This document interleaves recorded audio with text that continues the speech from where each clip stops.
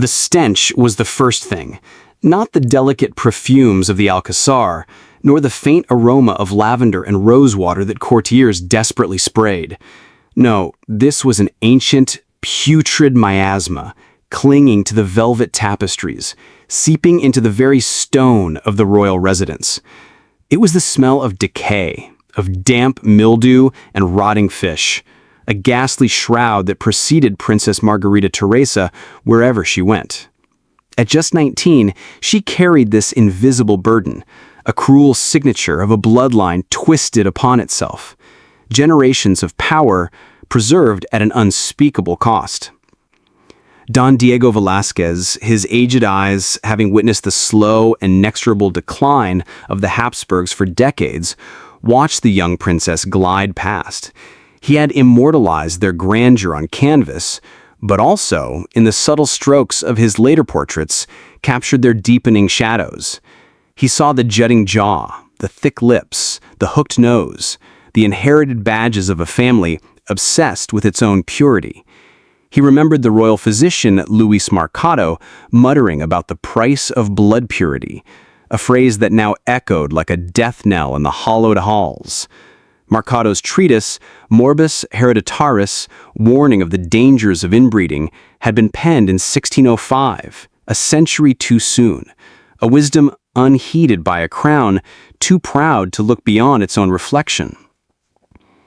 In the palace kitchens, Maria, an old cook who had served 3 Habsburg generations, stirred a steaming pot. Rosemary and thyme, crushed into a thick paste, bubbled in the brew, the latest futile attempt to mask the princess's affliction. "Poor girl," she murmured, a silent lament for a fate not of her own making. "It's not her fault she was born like this." The high steward, a man whose face was perpetually etched with the anxieties of court, burst in, his voice a frantic command. "Hurry with that remedy. Her Highness is about to receive the French ambassador."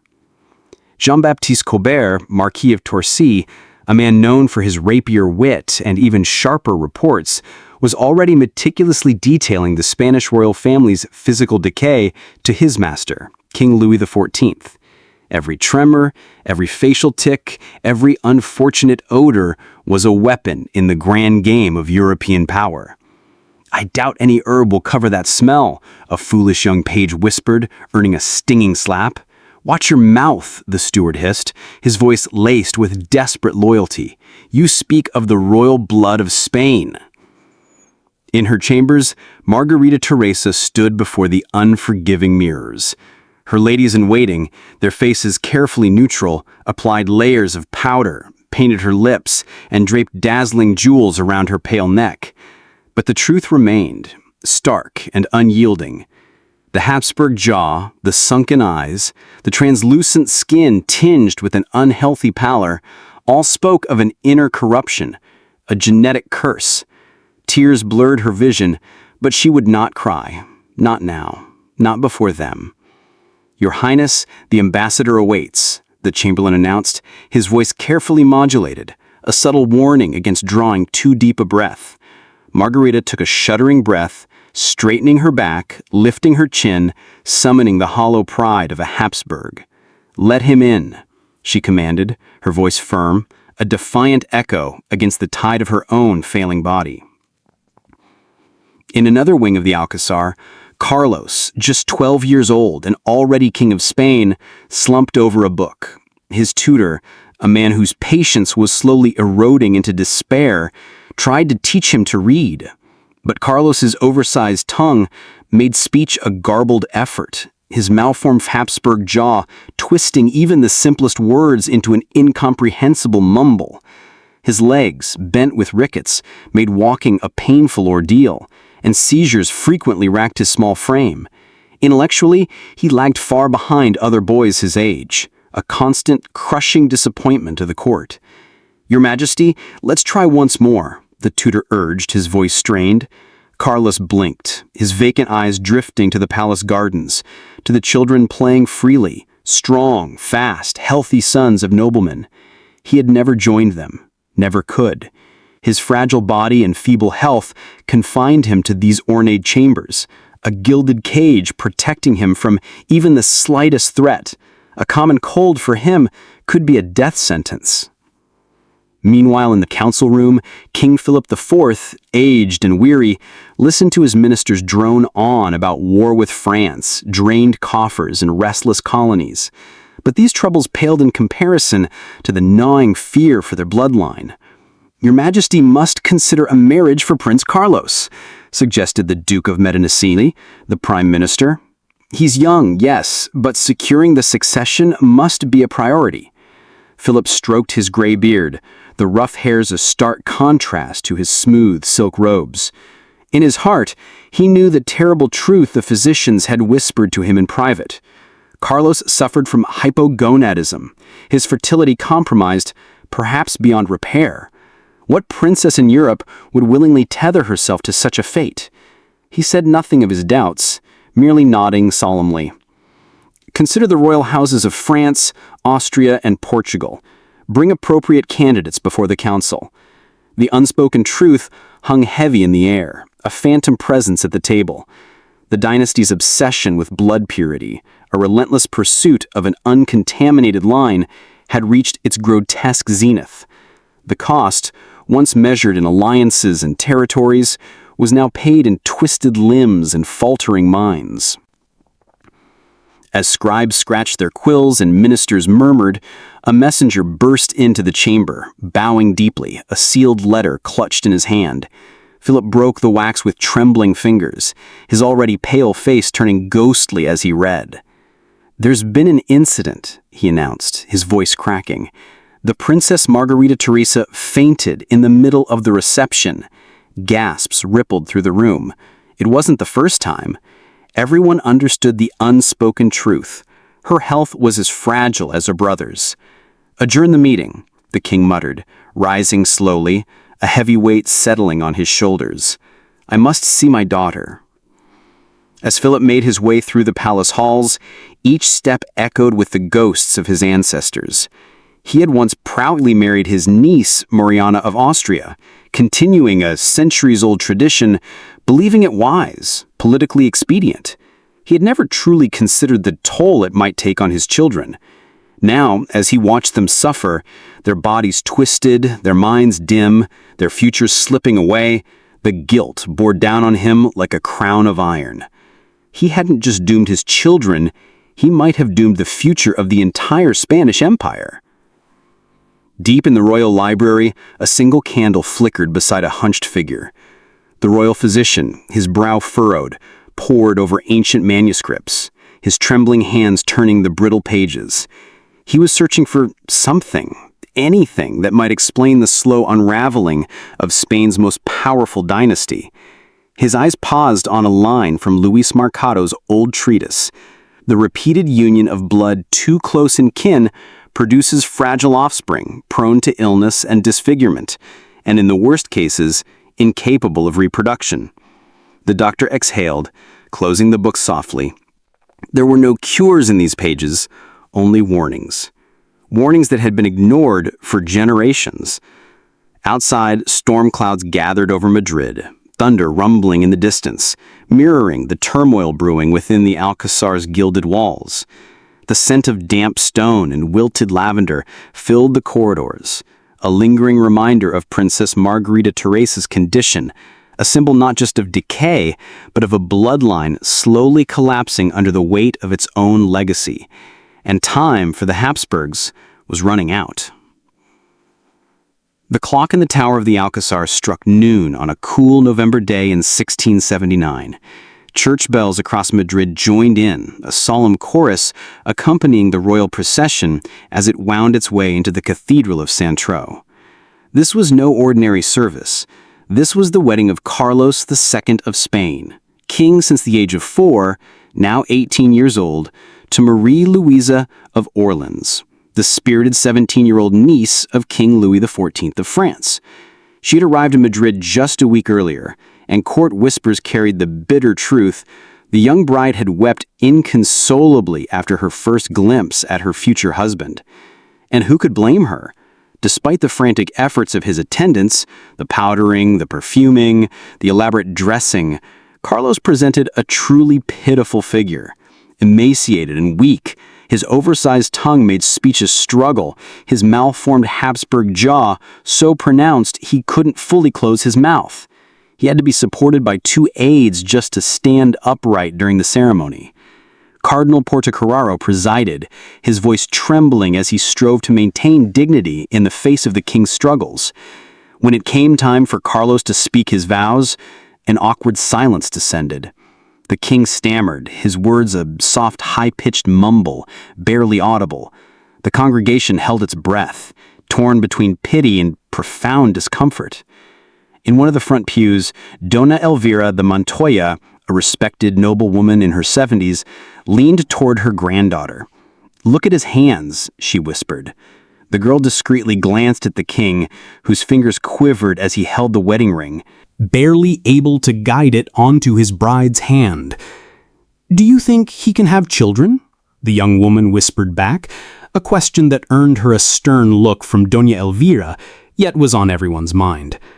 The entire future of the Spanish crown now rested on this fragile boy's ability to sire an heir, and the odds, grimly, did not look good.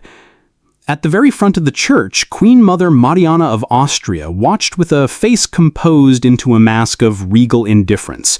She had been the true power behind the throne during Carlos's long minority, and she intended to remain so. Mariana herself was both a product and a proponent of the Habsburgs' inbred tradition, daughter of the Austrian emperor, sister to King Philip IV, and wife to her own uncle. She had lived the cold logic of dynastic politics and had reaped its terrible cost. Now she stared at her new daughter-in-law, Maria Luisa, with a blend of suspicion and disapproval, a French princess, a symbol of Bourbon ambition, a threat to the Habsburg legacy she so desperately sought to protect. In the back of the cathedral, the imperial ambassador, Count Harrach, took mental notes for his next report to Vienna. The Austrian Habsburgs, still the senior branch of the family, watched Spain's decline with growing alarm. "The king can hardly remain on his feet," he would later write in his dispatch. "His weakness is such that it is doubtful he will ever consummate the marriage, let alone produce an heir." After the ceremony, the royal procession returned to the Alcázar for the wedding feast. Carlos II, utterly exhausted from the morning's ordeal, had to excuse himself to rest in his chambers before the celebrations could begin. His doctors administered yet another tonic, a bitter brew of herbs, minerals, and animal extracts, just one of dozens they'd tried over the years to strengthen the king's failing body. "His Majesty must conserve his energy," one physician murmured to another, casting a worried glance toward the king's bed. They all knew what came next. Tonight, the marriage was to be consummated, or at least that was the plan. In the palace's great hall, the feast carried on with full splendor. Long tables groaned under the weight of roasted meats, exotic fruits, and silver platters. Foreign envoys, nobles, and clergy toasted the union with forced smiles. Many noticed that the king barely touched his food. His malformed and painful jaw made chewing difficult. He mostly sipped broths and soft purees.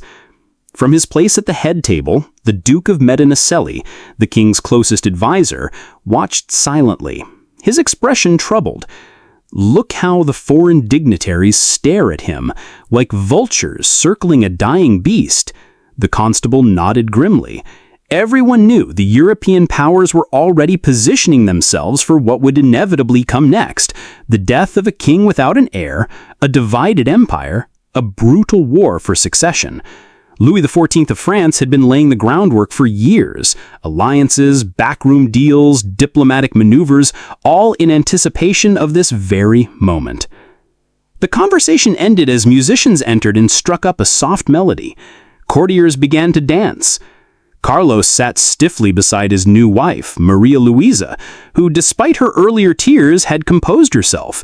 She smiled politely, whispered kind words to her husband, playing her part with a quiet dignity. Nearby, a stooped old man watched the scene through keen eyes. Don Francisco de Quevedo y Viejas, the famed satirist and poet, long past his prime but still sharp, leaned toward a younger companion. "Look into the king's eyes," he murmured. "Do you see it?" The young man looked, then nodded slowly. "There's sadness there, a kind of emptiness. It's the weight of a dying bloodline. No crown can protect him." "Do you think he knows?" asked the boy. "Enough to feel the burden, but not enough to grasp the irony that the very policy that made his house great is the same that will destroy it." Elsewhere in the hall, whispers spread like wildfire. In a corner, Maria de Cardenas, one of the queen's maids, leaned toward her mother, an older noblewoman who had served in court for decades. "The queen's worried about tonight. She's heard things about the king's body." Her mother gave a stern look and whispered sharply, "Not here." But yes, the rumors were true. The talk behind closed doors painted a grim picture. Some said Carlos suffered from hypogonadism. Others claimed more severe abnormalities, malformed genitals, possible infertility, the result of a bloodline wound so tightly upon itself it had begun to unravel at its core. And still the rituals continued.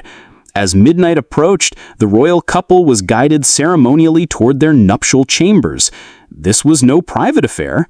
The act of consummation, while not directly witnessed, was heavily choreographed, monitored by tradition, and charged with expectation.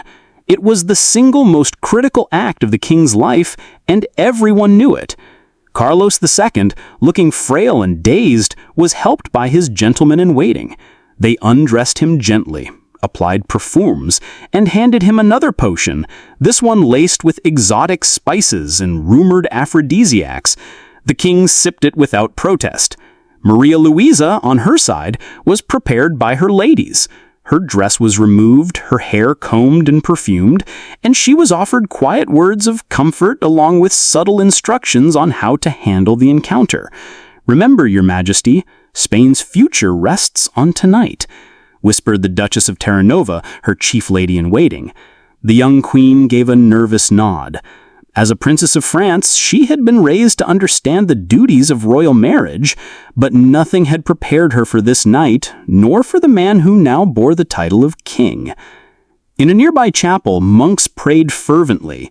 Among them was Father Mateo de Moya, the king's confessor. He knew Carlos's spiritual torment all too well. The shame, the fear, the gnawing belief that he might fail, not only as a man, but as a monarch. "Grant our king strength, O Lord, and the courage to fulfill his sacred duty." But even he, deep down, wondered, was it truly God's will that this dynasty continue?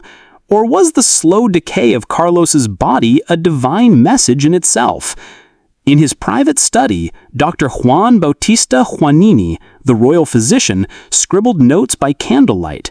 A follower of new medical thinking from France and Italy, he had tried to introduce modern remedies at court, but he faced fierce resistance from traditionalists who still believed sickness came from imbalanced humors or demonic possession. "The king's ailment is neither spiritual nor humoral," Juanini wrote in his journal. "It is structural. It is the result of repeated kin marriages, concentrating defects instead of dispersing them." His theories were far ahead of their time, centuries too early to be understood, but they were accurate. Future generations would confirm his suspicions through the lens of genetic science. The morning after the wedding, the court buzzed with hushed curiosity. No official inspection of the nuptial sheets was held out of respect for royal dignity, but word spread fast. The marriage had not been consummated and would not be, at least not for many nights. Carlos, it was whispered, was either too weak, too afraid, or simply unable. Panic began to grow in political circles across Europe. With no heir in sight, speculation turned to succession. Spain's throne and its sprawling empire would soon be up for grabs. As weeks turned into months, and then years, the pressure mounted. Doctors came from foreign lands, bringing new cures, herbs, and even alchemical elixirs. Some promised miracles. None delivered. They tried bloodbaths from bulls, chickens, and even exotic beasts. Magic talismans were smuggled into chambers. Exorcisms were conducted in secret. One ritual involved bathing the king's loins in the blood of a freshly killed goat. None of it worked. Carlos II's condition remained unchanged. His seed, if he had any, was incapable of bringing life. And as the years passed, even hope began to die. Modern science, centuries later, would find clarity where superstition had fumbled. Carlos II likely suffered from multiple recessive genetic disorders, maybe Klinefelter syndrome, maybe a form of androgen insensitivity, conditions that explained his physical traits, his developmental delay, and most damningly, his infertility. In 1699, after a decade of marriage without a child, Maria Louisa of Orleans died suddenly. She was 26. Officially, it was a ruptured appendix. Some whispered she had simply lost the will to live. Carlos fell into a deep depression. But royal duty allowed no time for mourning. Within months, he was married again, this time to Mariana of Neuburg, a German princess famed for coming from a fertile family. Her mother had birthed 23 children. Yet, the union bore nothing. In the gardens of El Buen Retiro, the royal botanist, José Quer y Martínez, tended to medicinal plants in quiet reflection. He had long observed a strange phenomenon in his experiments. When the same plants were crossbred repeatedly, their offspring grew weaker, more susceptible to disease. "It's as if nature resists inbreeding," he murmured to himself, unaware that his botanical observations mirrored the human tragedy unfolding inside the palace. Not far away, Carlos II sat alone on a stone bench, watching birds flutter in the sky. Despite his limitations, there were moments, brief flickers, when the king seemed aware of the grand irony of his life, a ruler who could not rule, a husband who could not father, a legacy he could not preserve. "Sometimes I dream of a son," he once confessed to his priest, "a healthy boy who might carry my name, but perhaps God does not wish it." His confessor offered no reply. How could he explain that it wasn't divine will, but human arrogance? Centuries of ignoring biology in favor of politics that had sealed Carlos's fate. By the late 1690s, the Spanish court had turned inward. Desperation loomed like a shadow over every decision. Doctors clung to rituals and superstitions, priests blamed demons, nobles whispered of curses, but none could stop what was coming. On a cold November morning in the year 1700, the bells of Madrid tolled once again. Carlos II, last of the Spanish Habsburgs, had died at the age of 39. His body, ravaged by decades of illness, was laid in the royal chapel. One of his physicians, Dr. Juan de Cabrillada, watched the corpse in silence. He had seen the king suffer through seizures, infections, digestive failure, and finally renal collapse. A rare autopsy was ordered. What the doctors found was beyond anything they had expected. The body had no blood. The heart was the size of a peppercorn. The lungs were rotted, the intestines gangrenous. Only one testicle remained, blackened and shriveled, and the brain cavity was filled with fluid. To the medicine of that time, it was a mystery. To future generations, it was unmistakable. The end stage of dynastic self-destruction. The court gathered in the Alcázar to hear the reading of the king's final will. Tension filled the air as the notary broke the seal. The room held its breath as one name was announced: Philip of Anjou, grandson of Louis XIV of France, a Bourbon. The French ambassador smirked. The Austrian one scowled. The war for Spain's throne had begun.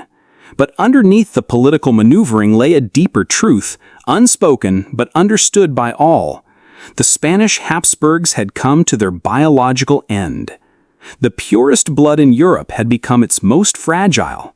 The great dynasty had collapsed. Not from war, not from revolution, but from within. From the quiet ticking of a genetic time bomb set generations ago. Today, Carlos II remains a symbol not of power, but of consequence. His portraits hang in museums. His twisted jaw, vacant stare, and withered form are not just reminders of a tragic life, but of what happens when politics define nature, when royal pride is placed above biology, and when a crown is passed from uncle to niece for too many generations. A dynasty once unmatched in glory, extinguished not by blade or fire, but by its own blood. And in the silent shadows of the Escorial, where he is buried among kings, Carlos II lies beneath a simple epitaph, the last and most unfortunate of his line. What do you think was the most devastating consequence of the Habsburgs' relentless pursuit of blood purity? Share your thoughts in the comments below, and don't forget to subscribe for more journeys into history's darkest corners.